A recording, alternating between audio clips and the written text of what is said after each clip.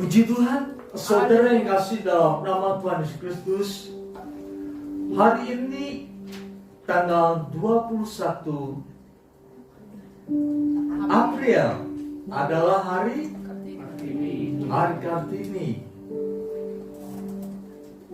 Puji Tuhan, di sini banyak Kartini yang luar biasa, yang tunduk pada suami, menjadi ibu rumah tangga bagi keluarga masing-masing, dan menjadi seorang ibu yang luar biasa bagi anak-anaknya. Terima kasih ibu-ibu sudah menjadi ibu rumah tangga, menjadi penolong suami, dan yang merawat anak-anak dengan penuh kasih. Kaum bapak nanti menyusul. Saudara yang dikasih dalam nama Tuhan Yesus Kristus, minggu kemarin kita mendengarkan firman Tuhan mengenai harta ini dalam bejana tanah liat. Artinya setiap orang percaya harus ada Allah di dalam kehidupannya. Jika ada pelayanan di dalam kehidupannya, itu juga merupakan satu harta yang tidak dapat dinilai dengan uang. Demikian dikatakan dalam kitab Roma pasal 9 ayat 20. 3, 2, 1. Siapakah kamu, hai manusia? Dapatkah kamu berkata Allah? Dapatkah yang dibentuk berkata kepada yang membentuknya, mengapakah engkau membentuk aku demikian? Apakah tukang periuk tidak mempunyai hak atas tanah liat untuk membuat dari gumpal yang sama suatu benda yang dipakai guna tujuan yang mulia, dan suatu benda lain untuk dipakai guna tujuan yang biasa? Puji Tuhan, silakan duduk. Rasul Paulus memberitakan firman Tuhan tentang manusia adalah tanah liat. Dengan kata lain, Rasul Paulus berkata kepada orang-orang di kota Roma dan kepada setiap orang Kristen pada saat ini, mereka adalah tanah liat. Mereka tidak mempunyai kekuasaan, kekuatan di dalam diri mereka sendiri. Mereka tidak memiliki kelebihan apapun di hadapan Tuhan. Tetapi Tuhan yang menciptakan manusia adalah Tuhan yang bisa memberi kelebihan dalam seluruh aspek kehidupan manusia. Tuhan yang menciptakan manusia adalah Tuhan yang akan terus membentuk manusia, khususnya orang-orang percaya, untuk menjadi serupa dengan gambaran Yesus Kristus. Di dalam Roma pasal 9 ayat 20 dan 21, ayat ini berlatar belakang tentang bergunjingan antara orang Yahudi dan orang bukan Yahudi. Pasal 9 sampai pasal 11, Rasul Paulus menerangkan, menjelaskan tentang kedudukan Israel, tentang kedudukan bangsa Yahudi dan bangsa bukan Yahudi. Bangsa Yahudi adalah kekasih Allah. Mereka dipilih oleh Allah berdasarkan kasih karunia Allah. Sekalipun pada hari-hari berikutnya mereka tetap menolak Kristus sebagai Tuhan dan Juru Selamat. Bahkan ada seorang penulis buku yang bernama Dawson katakan, setelah 2000 tahun berlalu, hanya sedikit orang Yahudi yang percaya kepada Tuhan Yesus. Hanya sedikit orang Israel yang percaya bahwa Yesus adalah utusan Allah, bahwa Yesus adalah Mesias, bahwa Yesus adalah Juru Selamat. Kemudian orang-orang non-Yahudi berkata, kalau gitu kamilah pengganti umat Allah yang menolak Yesus. Dengan kata lain, biarlah bangsa Yahudi yang asli digantikan oleh kami yang bukan Yahudi. Sebab kami percaya bahwa Yesus adalah Tuhan dan Juru Selamat. Saudara kasih dalam nama Tuhan Yesus Kristus. Tetapi atas pertentangan antara Yahudi dan non-Yahudi, Rasul Paulus berkata, sekalipun Yahudi menolak Kristus, sekalipun Israel menolak Kristus, namun tetap Allah membentuk kehidupan mereka. Sampai saat ini Allah terus membentuk mereka.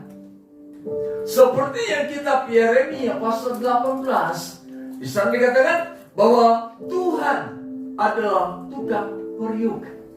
Tuhan adalah penjuna yang akan membentuk tanah liat menjadi bejana. Tuhan berkuasa penuh atas bangsa Israel, sebab mereka dikasihi Tuhan. Nenek moyang mereka dikasihi Tuhan. Sampai kapanpun Israel menjadi bangsa pilihan Tuhan.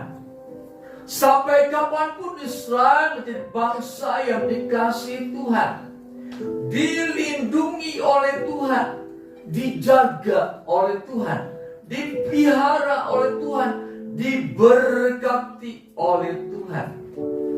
Apapun yang terjadi dalam kehidupan bangsa Israel, Allah tetap menjadi pembela bagi Israel, karena Israel harta kesayangan Allah.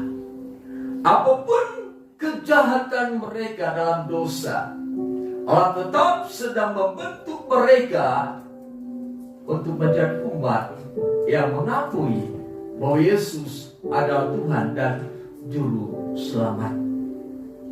Oleh sebab itu, firman Tuhan pada Roma pasal 9 ayat 21, apakah tukang periuk tidak mempunyai hak atas tanah liat untuk membuat dari gumpal yang sama suatu benda untuk dipakai guna tujuan yang mulia, dan suatu benda lain untuk dipakai guna tujuan yang biasa? Rasul Paulus berkata, hai orang-orang yang bukan Yahudi dan orang-orang Yahudi, perhatikan, Allah berkuasa penuh atas kehidupanmu. Engkau adalah tanah liat milik Tuhan. Tuhan berkuasa, Tuhan mempunyai wewenang untuk membentuk Israel, untuk membentuk bangsa Yahudi sesuai dengan kekuasaannya. Wewenang Allah berarti kebebasan Allah untuk mengambil keputusan. Apapun yang Allah akan putuskan, itu semua hak Allah. Manusia tidak bisa berkata, mengapa engkau membentuk aku? Mengapa aku memutuskan kehidupanku seperti saat ini? Dengan kata lain, bahwa tanah liat itu adalah milik Tuhan. Kehidupan manusia, baik Yahudi maupun non-Yahudi, dan kita merasa sekarang harus kita sadari kehidupan kita adalah milik Tuhan. Tuhan siap membentuk kita. Dia siap merubah kehidupan kita menuju kehidupan yang lebih baik lagi. Bahkan menuju kehidupan yang sempurna, menjadi serupa dengan gambaran Yesus Kristus. Kita di tangan penjunan, bukan untuk dirusak keadaan kita, tetapi untuk dibentuk menjadi sesuatu yang indah di hadapan Tuhan dan sesama. Apapun yang sedang terjadi dalam keluarga kita, apapun yang sedang terjadi dalam mata pencaharian kita, apapun yang sedang terjadi dalam gereja Tuhan, Tuhan tetap sedang membentuk kita semua. Segala sesuatu yang tidak baik akan Tuhan, apa yang tidak ditanam oleh Allah akan dicabut oleh Allah. Jadi pembentukan Allah atas kehidupan orang percaya adalah kehidupan yang diarahkan kepada kesempurnaan, menjadi bersih seperti salju, menjadi putih seperti salju. Itulah keadaan kita sebagai orang-orang pilihan yang adalah tanah liat di tangan penjunan. Pembentukan Allah terjadi bukan hanya dalam kehidupan bangsa Israel, tetapi juga terjadi dalam kehidupan orang per orang. Artinya setiap pribadi yang berkata saya adalah umat Tuhan, maka kepadanya Tuhan akan membentuk kehidupannya menjadi bejana yang indah di hadapan Tuhan. Tidak pernah Tuhan akan membentuk menjadi bejana yang pecah sebagian. Tidak pernah Tuhan akan menjadi bejana yang tidak berguna bagi masyarakat. Dia akan membentuk setiap orang percaya menjadi bejana yang berguna bagi masyarakat dan bagi Allah. Sebab di dalam ayat 21 di sana dikatakan bahwa tanah liat itu akan dibentuk, dipakai guna tujuan yang mulia, guna tujuan yang biasa juga. Artinya setiap orang percaya pasti akan mengalami pembentukan dari Tuhan. Dalam keadaan sakit pun Allah sedang membentuk kehidupan orang percaya. Pembentukan mental, pembentukan kesabaran, pembentukan ketabahan, pembentukan iman, pembentukan penyerahan diri. Itu yang sedang terjadi dalam kehidupan orang yang sedang sakit. Pembentukan pengharapan untuk terus berharap kepada Tuhan. Apapun kedukaan yang sedang dialami oleh umatnya, itu juga merupakan pembentukan Tuhan bagi kehidupan umat-umatnya. Pada saat umat Tuhan mengalami satu gangguan atau hilang pekerjaan, itu pun merupakan satu bentuk pembentukan yang sedang Tuhan lakukan. Dengan kata lain, apapun yang terjadi dalam kehidupan orang percaya, di sana tetap ada pembentukan Tuhan. Oleh sebab itu Rasul Paulus katakan, mengucap syukurlah dalam segala perkara. Milikilah pikiran yang positif tentang Tuhan. Pikirkanlah perkara-perkara yang di atas, di mana Kristus ada duduk di sebelah kanan Allah. Jadi dengan kata lain, berjanda jangan memikirkan kehidupanmu, sebab engkau berjanda, engkau tanah liat. Tapi pikirkan Tuhan yang membentuk kehidupanmu. Pikirkan Tuhan yang merancang kehidupanmu. Rancangan Tuhan tidak pernah merupakan suatu kecelakaan dalam kehidupan orang percaya. Rancangan Tuhan tidak bukan untuk kehancuran orang percaya, tetapi menjadi orang percaya yang terpandang di dalam dunia ini, terhormat di dalam dunia ini, disegani di dalam dunia ini, karena orang percaya mempunyai Allah yang hidup, mempunyai Allah yang maha kuasa, Allah yang maha tinggi, sanggup melakukan apapun bagi setiap orang yang percaya.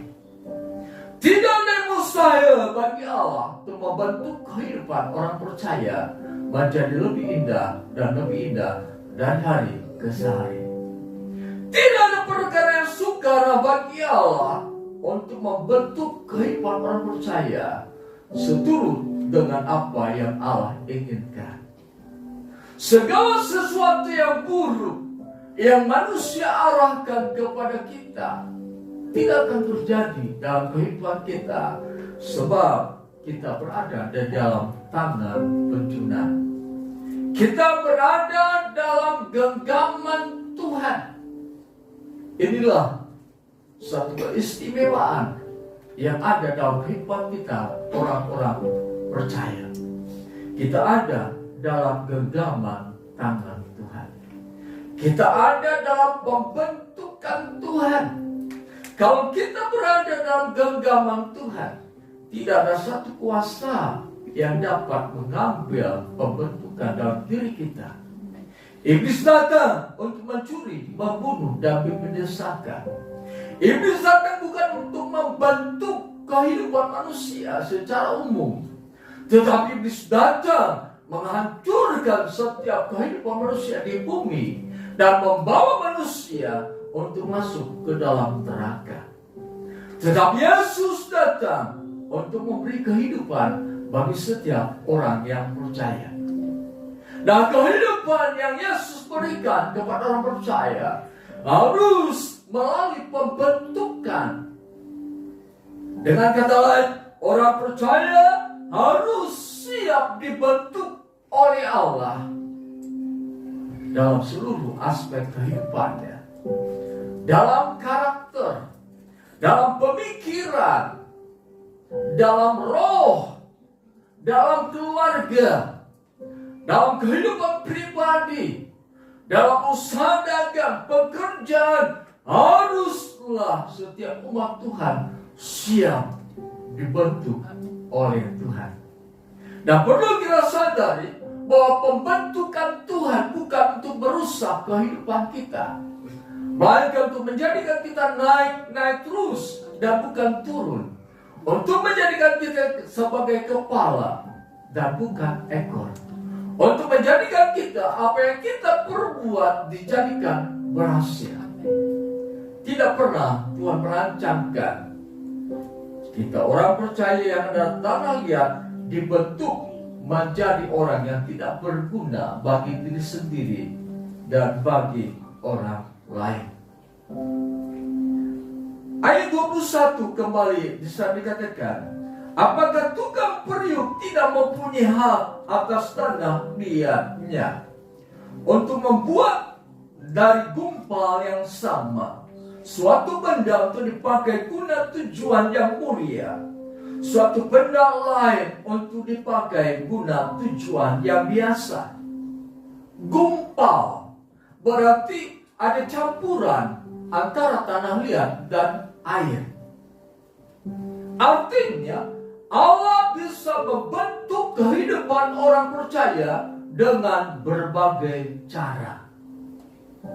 Cara Allah membentuk kehidupan seseorang bisa sama, tetapi juga bisa berbeda. Sebab kita perhatikan Roma pasal 9 ayat 15 sampai dengan 16. Demikian dikatakan firman Tuhan. Sebab Ia berfirman kepada Musa, Aku akan menaruh belas kasihan kepada setiap aku mau menaruh belas kasihan. Dan aku akan bermurah hati kepada siapa aku mau bermurah hati. Jadi hal itu tidak tergantung pada kehendak orang atau usaha orang, tetapi kepada kemurahan hati Allah. Jadi Allah bisa membentuk tanah liat dengan berbagai cara.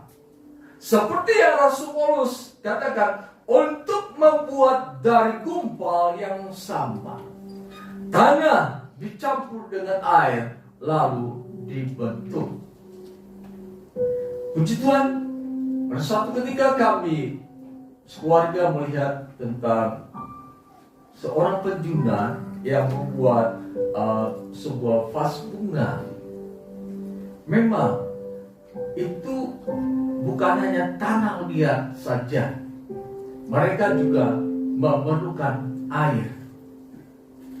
Ketika mereka mengerjakan, dibutuhkan air untuk membentuk bejana tersebut. Nah, saudara yang kasih dalam nama Yesus Kristus, Allah yang akan membentuk kehidupan orang percaya adalah Allah yang memakai berbagai cara supaya terbentuk kehidupan orang percaya yang sesuai dengan rencananya. Bagaimana Allah membentuk kehidupan orang percaya? Pembentukan terjadi dalam kehidupan orang percaya melalui perintah. Allah memberi perintah kepada orang percaya untuk berbuat sesuatu. Misalnya, Yosua yang adalah pengiring Musa, Yosua yang adalah abdi Musa. Ketika Allah berbicara kepada Musa, Musa, engkau tidak akan masuk ke tanah perjanjian, melainkan hambamu, abdimu, yaitu Yosua yang akan memimpin bangsa Israel masuk ke tanah perjanjian. Lalu Allah berbicara kepada Yosua dalam Ulangan pasal 31 ayat 1 sampai dengan 8. Allah berfirman lewat Musa, Yosua, engkau akan menjadi pemimpin untuk memimpin bangsa Israel masuk ke tanah perjanjian. Yosua yang mendapat perintah itu, Yosua juga yang mendapatkan kekuatan daripada Tuhan. Tuhan berfirman, kuatkan, teguhkan hatimu. Aku akan memimpin engkau. Kemanapun engkau akan melangkah, di sana aku akan ada. Kemanapun engkau pergi, di sana engkau mendapatkan kemenangan. Yosua dibentuk oleh Allah dari seorang abdi, dari seseorang yang bukan siapa-siapa, menjadi pemimpin bangsa Israel yang luar biasa, menjadi pemimpin umat Tuhan yang begitu banyak jumlahnya. Yosua tidak mempunyai pikiran ke sana untuk menjadi seorang pemimpin. Yosua tidak membekali dirinya dengan teori-teori kepemimpinan. Yosua tidak memiliki pengalaman dalam berperang. Tetapi karena Allah yang membentuk dia mampu menjadi seorang pemimpin. Dia mampu memimpin peperangan. Dia mampu melakukan segala sesuatu yang menyebabkan juga Israel bisa masuk ke tanah perjanjian. Jadi pembentukan Allah dalam kehidupan kita bisa berupa perintah Allah dalam kehidupan kita. Ketika perintah Allah kita lakukan, itulah proses pembentukan Allah sedang terjadi dalam kehidupan kita. Jangan seperti Saul. Allah katakan kepada Saul, Saul, musnahkan bangsa Amalek, karena mereka menghalangi Israel untuk masuk tanah perjanjian. Lalu Saul melakukannya. Tetapi tidak semua orang Amalek dibinasakan. Raja Amalek bernama Agag tidak dibinasakan. Binatang-binatang yang seharusnya dibinasakan tidak semua dibinasakan. Binatang-binatang yang tambun, binatang-binatang yang sehat diambilnya oleh Saul. Ada pembagian jarahan yang memang seharusnya ada yang merupakan sesuatu yang harus diserahkan kepada Tuhan. Tetapi Saul dengan rakyat menyembunyikannya.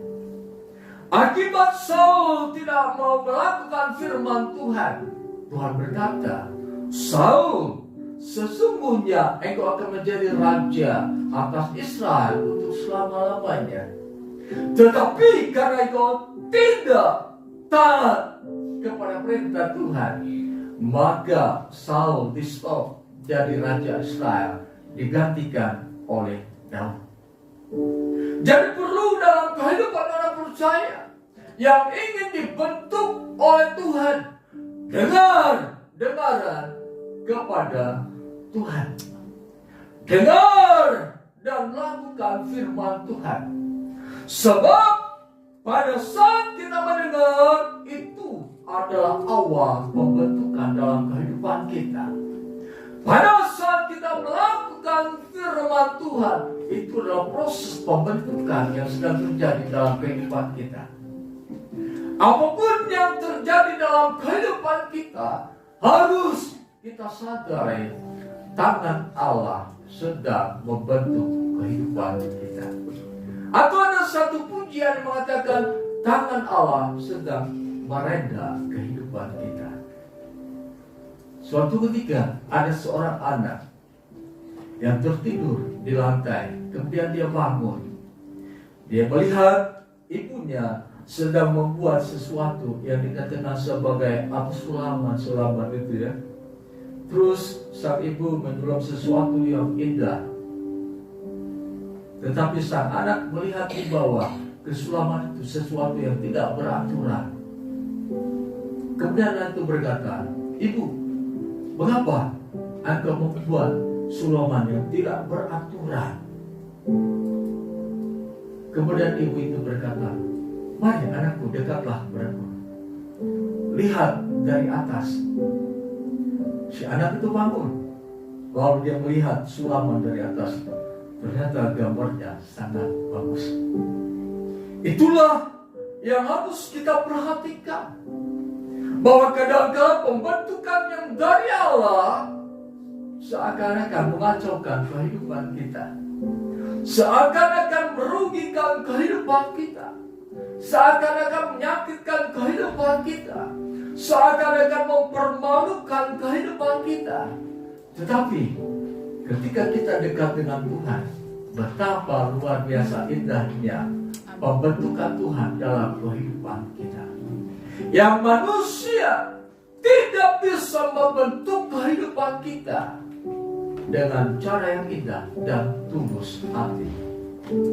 Manusia bisa membantu kehidupan kita, tetapi adakah ketulusan mereka dan pembentukan itu?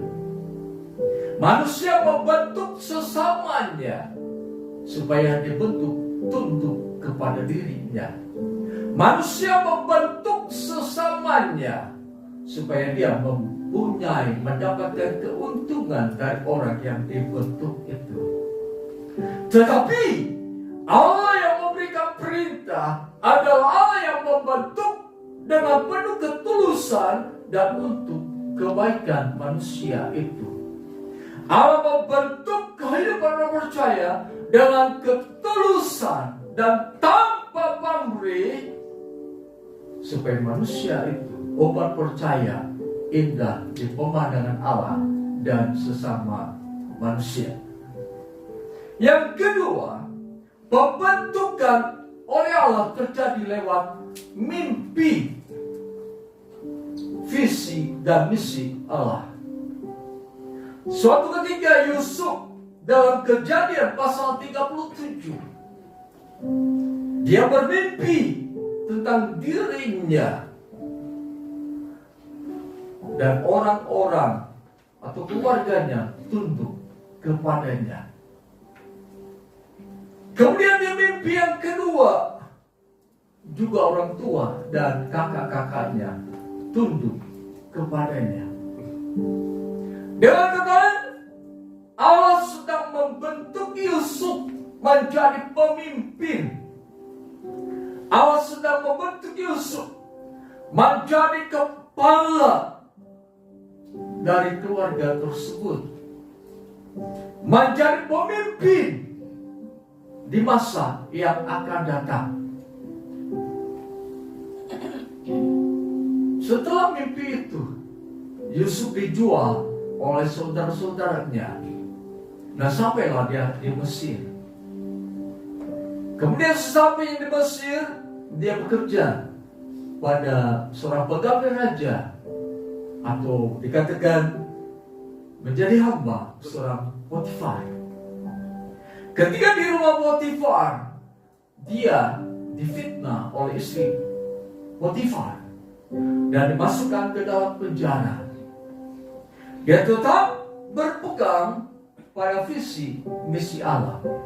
Dia berpegang pada mimpi yang dia dapatkan dari Allah, bahwa dia akan menjadi kepala dan bukan ekor. Dia dimasukkan ke dalam penjara. Kepala penjara mengasihi Yusuf karena Allah menyertai Yusuf. Allah memberkati Yusuf sekalipun dia ada di dalam penjara. Suatu ketika ada pemimpin yang menyediakan makanan dan minuman untuk raja bermimpi. Salah satu yang bermimpi itu dikatakan oleh Yusuf, engkau akan kembali bekerja pada raja. Tetapi yang satu lagi Yusuf katakan, engkau akan dihukum mati. Mimpi tukang makanan, memberi makanan roti kepada raja dan tukang memberi minuman kepada raja, itu benar menjadi kenyataan.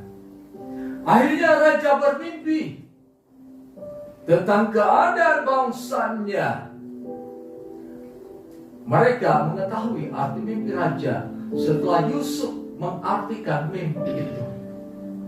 Dan setelah itu Yusuf diangkat menjadi penguasa di negara Mesir, menjadi kepala orang kedua dari pemerintahan raja di Mesir. Kemudian pada saat kelaparan terjadi di seluruh bumi pada saat itu, saudara-saudara Yusuf datang ke Mesir untuk membeli gandum. Mereka tidak tahu bahwa penguasa di Mesir ada Yusuf, adiknya yang sudah dilukai, sudah dibenci dan sudah dibuang. Pada akhir cerita, Yakub beserta seluruh anak cucunya pergi ke Mesir. Di sana Yusuf menanggung makan minum mereka. Di sana Yusuf menjadi pemimpin dalam kehidupan bangsa Mesir. Dan akhirnya Yusuf berkata, aku tidak akan membalas perbuatan jahatmu kepadaku. Aku tidak akan membalas segala kejahatanmu, karena aku dikirim oleh Tuhan ke tempat ini untuk memberi makan bangsa yang besar. Artinya seseorang bisa dibentuk oleh Allah lewat mimpi yang daripada Tuhan. Mimpilah sesuatu yang sesuai dengan kehendak Tuhan, maka itu akan terjadi dalam kehidupan kita. Yang ketiga, pembentukan Tuhan terjadi dalam kehidupan orang percaya lewat perjumpaan Tuhan dengan dirinya. Saulus berjumpa dengan Yesus. Lalu kemudian Saulus menjadi buta beberapa hari. Lalu Yesus berkata, masuklah ke dalam kota. Di sana akan ada yang akan dikatakan kepadamu. Kemudian murid Tuhan Yesus bernama Ananias didatangi oleh Tuhan. Ananias jumpai seseorang bernama Saulus. Kemudian katakan, apa yang aku maksudkan dengan Saulus? Lalu Ananias berkata, Tuhan, dia adalah penganiaya pengikut-pengikutmu. Dia adalah pembunuh pengikut-pengikutmu. Tetapi Tuhan berkata, pergilah kepadanya.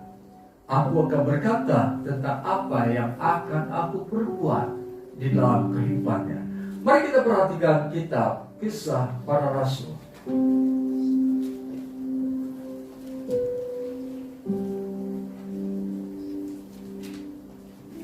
Kisah Para Rasul pasal yang ke-9 ayat 10 sampai dengan 16. Di Damsyik ada seorang murid Tuhan bernama Ananias. Firman Tuhan kepadanya dalam satu penglihatan. Ananias, jawabnya, ini aku Tuhan. Firman Tuhan, marilah pergi ke jalan yang bernama Jalan Lurus, dan carilah di rumah Yudas seorang dari Tarsus yang bernama Saulus. Ia sekarang berdoa, dan dalam satu penglihatan ia melihat bahwa seorang yang bernama Ananias masuk ke dalam dan menumpangkan tangannya ke atasnya supaya ia dapat melihat lagi. Jawab Ananias, Tuhan, dari banyak orang telah mendengar tentang orang itu, betapa banyaknya kejahatan yang dilakukannya terhadap orang-orang kudus-Mu di Yerusalem. Dan dia datang kemari dengan kuasa penuh dari imam-imam kepala untuk menangkap semua orang yang memanggil nama-Mu. Tetapi firman Tuhan kepadanya, pergilah, sebab orang ini adalah alat pilihan bagiku untuk memberitakan namaku kepada bangsa-bangsa lain, serta raja-raja dan orang-orang Israel. Aku sendiri akan menunjukkan kepadanya betapa banyak penderitaan yang harus ia tanggung oleh karena namaku. Ini adalah satu bentuk bagaimana Allah membentuk Saulus. Dulu dia adalah orang jahat. Dulu dia penganiaya jemaat. Tetapi Tuhan katakan, aku akan memakai orang ini menjadi alat pilihan bagiku. Jadi, sejahat apapun seseorang bisa dipakai oleh Tuhan jika dia bertobat dari segala dosa dan kesalahannya. Saulus dibentuk oleh Tuhan lewat perjumpaan. Dan Tuhan berkata banyak masalah yang akan dihadapi. Firman Tuhan di hari Minggu yang telah lewat berbicara bagaimana Paulus ditindas namun tidak terjepit. Dia kehabisan akal namun tidak putus asa. Dia disesah namun tidak mengalami kematian. Banyak penderitaan yang dialami, banyak kesusahan yang dialami. Di dalam 2 Korintus pasal 4 ayat 7 sampai 10 2 Korintus pasal 11 ayat 23 dan selanjutnya. Luar biasa penderitaan yang dia alami, tetapi dia sadar dia sedang dibentuk oleh Tuhan. Dengan kata lain, pada saat pembentukan terjadi, bisa saja Allah mengizinkan penderitaan datang dalam kehidupan kita. Tetapi kita harus tetap bertahan dalam keyakinan bahwa segala perkara dapat dipakai oleh Allah untuk membentuk kehidupan kita. Segala perkara dapat mendatangkan kebaikan bagi kita, dan itu merupakan bentuk bagaimana Allah sedang membentuk kehidupan kita. Sekalipun penderitaan yang berat Rasul Paulus alami, dia katakan kepada Timotius, aku telah mencapai garis akhir. Darahku siap kuteteskan untuk Tuhan Yesus. Jadi pembentukan dalam kehidupan kita akan terjadi lewat firman yang berisi perintah. Oleh sebab itu, setialah dalam pengajaran firman Tuhan. Dari sana Allah akan berfirman. Dari sana Allah akan memberi perintah. Itu berupa pembentukan bagi kehidupan kita. Kemudian yang kedua, milikilah keinginan untuk mendapatkan mimpi yang daripada Allah, yang sesuai dengan firman Tuhan.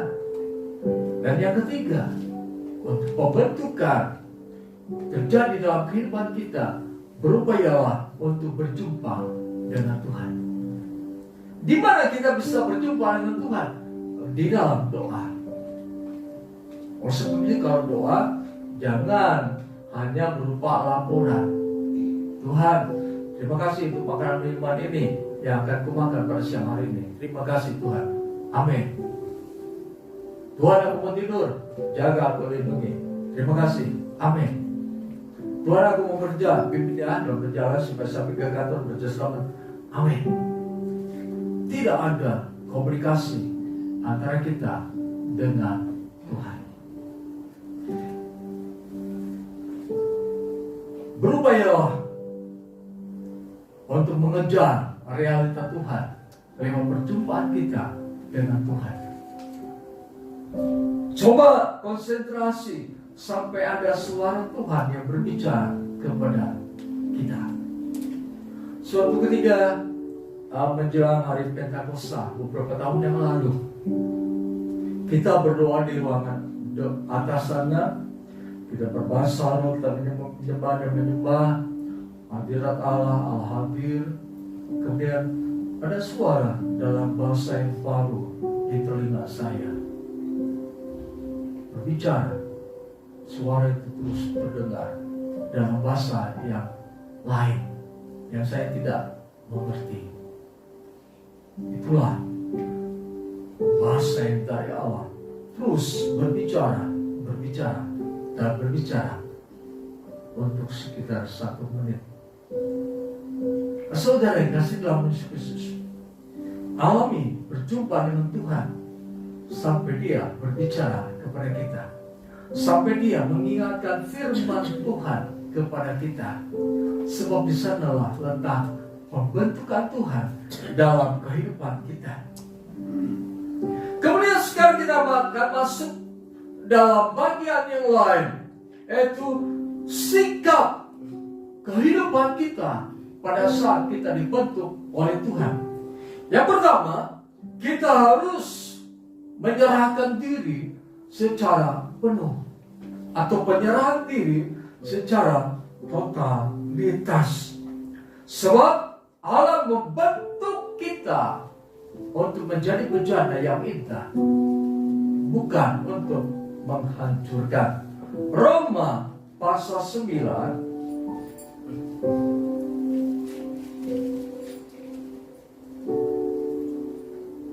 ayat 21.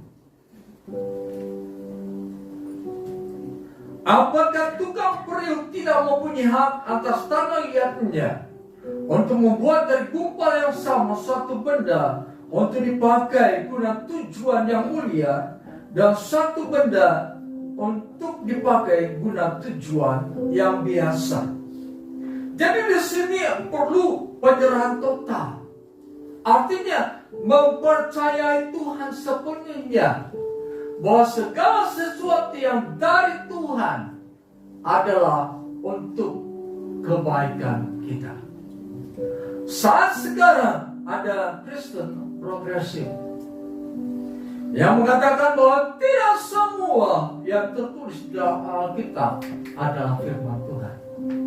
Kita harus tolak Kristen progresif tersebut, yang juga mengatakan bahwa keselamatan itu juga ada di luar Kristus. Kita harus tolak hal itu, sebab dengan jelas Alkitab katakan hanya di dalam diri Yesus Kristuslah manusia mendapatkan pengampunan dosa dan keselamatan. Oleh sebab itu hati-hati pada saat ini, jangan sampai kita dibentuk dan melakukan penyerahan secara total kepada ajaran-ajaran sesat. Jangan kita ambil bagian dalam pengajaran Kristen progresif. Tetap berpola kepada Alkitab atau firman Tuhan. Apa yang Tuhan katakan, itulah yang benar dan pasti. Jadi pada saat pembentukan sedang terjadi, kita harus berserah total kepada Tuhan. Kita perhatikan dalam 2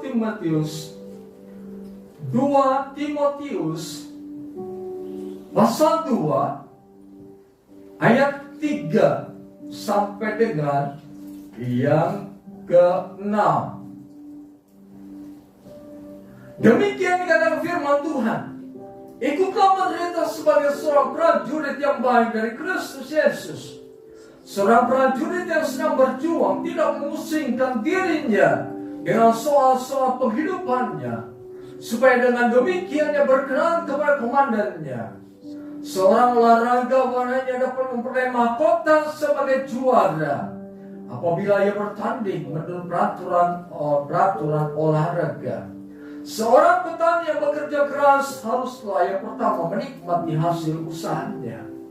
Pada saat kita berserah total kepada Allah dalam pembentukan, milikilah karakter seorang prajurit yang tidak memusingkan dengan soal-soal penghidupannya, tetapi tunduk secara total kepada komandannya. Siapa komandan kita? Tuhan. Dalam seluruh aspek kehidupan kita, Dia adalah komandan yang paling benar dan paling bijaksana dan paling baik. Nah, saudara yang kasih dalam nama Yesus Kristus, milikilah mental sebagai seorang olahragawan. Jadi pada saat dibantu kita tetap berpegang pada peraturan-peraturan firman Tuhan. Pada saat dibantu kita tetap melakukan firman Tuhan. Pada saat dibentuk tetap menjadi pelaku firman Tuhan. Kemudian miliki mental sebagai seorang petani. Artinya pada saat kita dibentuk oleh Tuhan, terus bekerja keras melakukan firman Tuhan. Jangan pernah berputus asa ketika kehidupan tidak sesuai dengan apa yang kita harapkan. Berjuang terus seperti seorang petani sampai firman itu digenapi dalam kehidupan kita. Seorang petani bekerja keras haruslah yang pertama menikmati hasil usahanya. Ketika kita dibentuk oleh Tuhan, kita berserah total kepada Tuhan, mempercayakan seluruh kehidupan kita kepada Tuhan. Lalu kita ikut aturan-aturan dari Tuhan. Kita bekerja keras melakukan firman Tuhan. Tuhan katakan kita harus yang pertama menikmati hasil usahanya. Yang kedua, sikap dalam pembentukan yang sedang terjadi dalam kehidupan kita, yaitu bertindak sesuai dengan pembentukan itu. 2 Timotius pasal 2 2 Timotius pasal 2 ayat 20 sampai dengan 22. Demikian dikatakan firman Tuhan. Dalam rumah yang besar bukan hanya terdapat perabot dari emas dan perak, melainkan juga dari kayu dan tanah. Yang pertama dipakai untuk maksud yang mulia, dan yang terakhir untuk maksud yang kurang mulia. Jika seorang menyucikan dirinya dari hal-hal yang jahat, ia akan menjadi perabot rumah untuk maksud yang mulia. Ia dikuduskan, dipandang layak untuk dipakai tuannya, dan disediakan untuk setiap pekerjaan yang mulia. Sebab itu, jauhilah nafsu orang muda, kejarlah keadilan, kesetiaan, kasih, dan damai bersama-sama dengan mereka yang berseru kepada Tuhan dengan hati yang murni. Di sini dikatakan bahwa sikap yang harus ada dalam kehidupan kita sebagai orang yang sedang dibentuk oleh Tuhan. Sucikanlah dirimu dari hal-hal yang jahat. Segala sesuatu yang kita perbuat tanpa didasari iman, itu adalah kejahatan.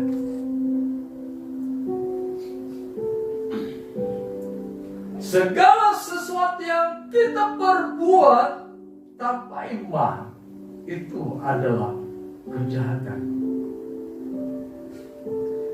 Firman Tuhan berkata, pada saat engkau dibentuk oleh Allah,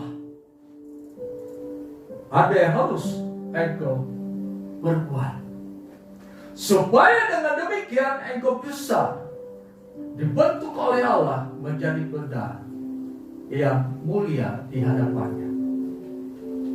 Jadi ada harga yang harus kita bayar sehingga kita menjadi bejana yang terhormat di hadapan Allah.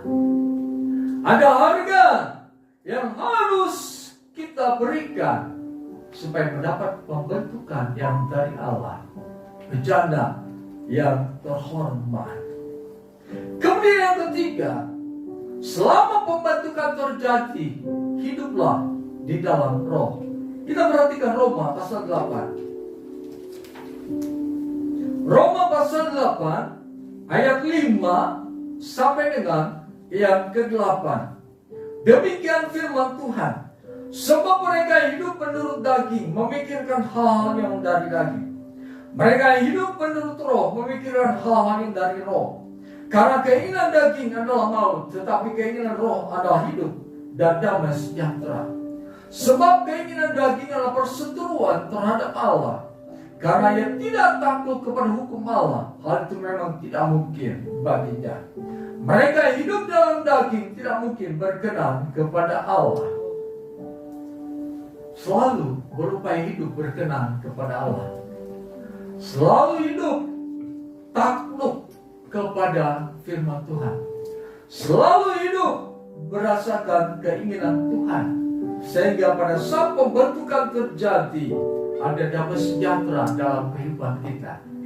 Artinya pada saat pembentukan terjadi, tidak ada kekecewaan, tidak ada keputusasaan, tidak ada keluhan, tidak ada gerutuan dalam kehidupan kita, tetapi ada damai sejahtera.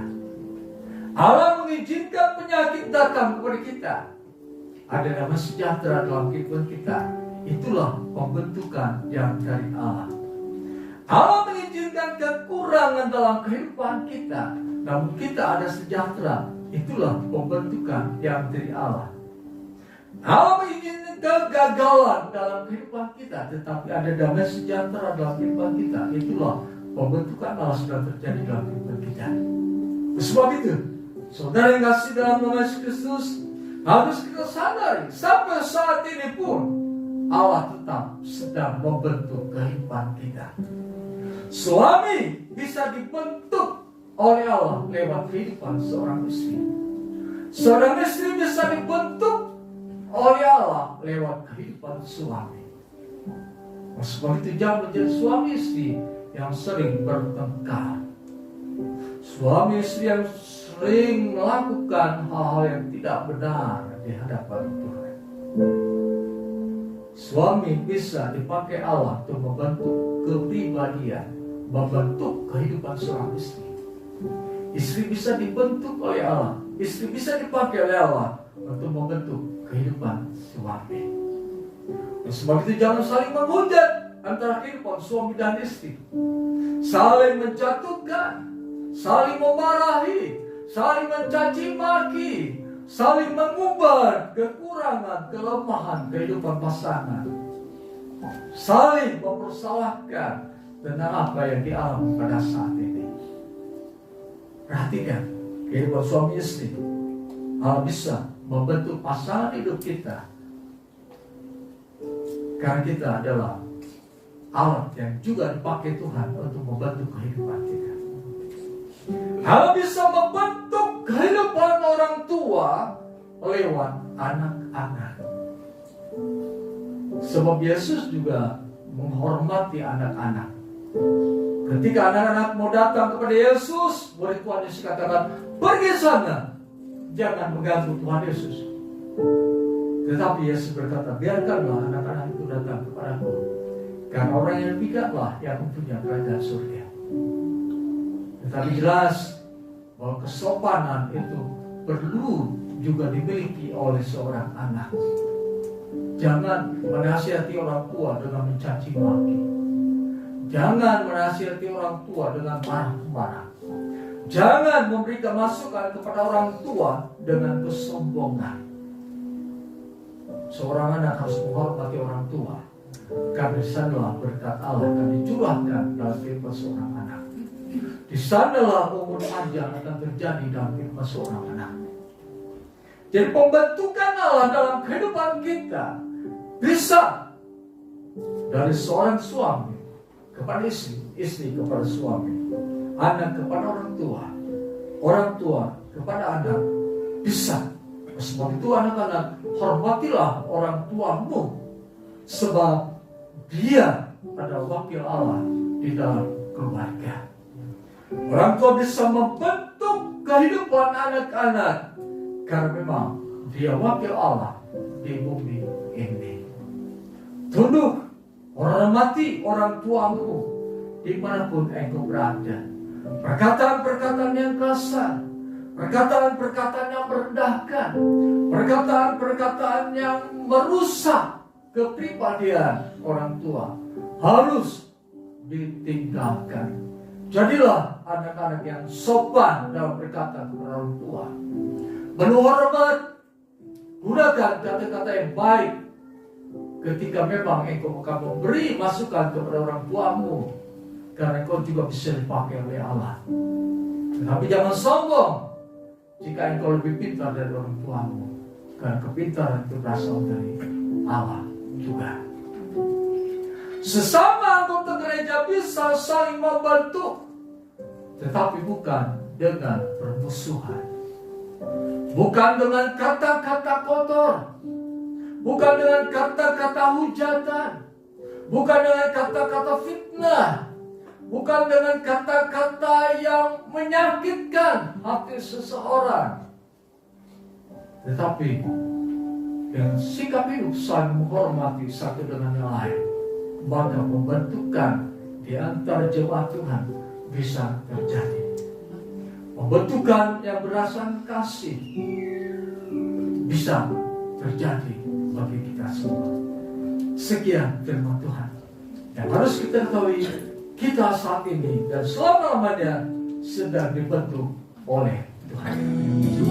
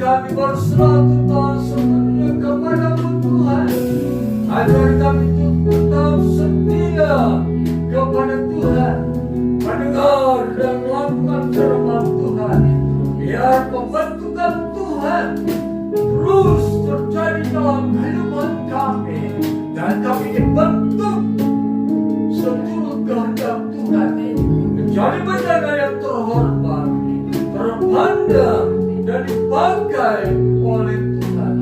Terpuji nama Tuhan. Dalam nama Tuhan Yesus kami berdoa.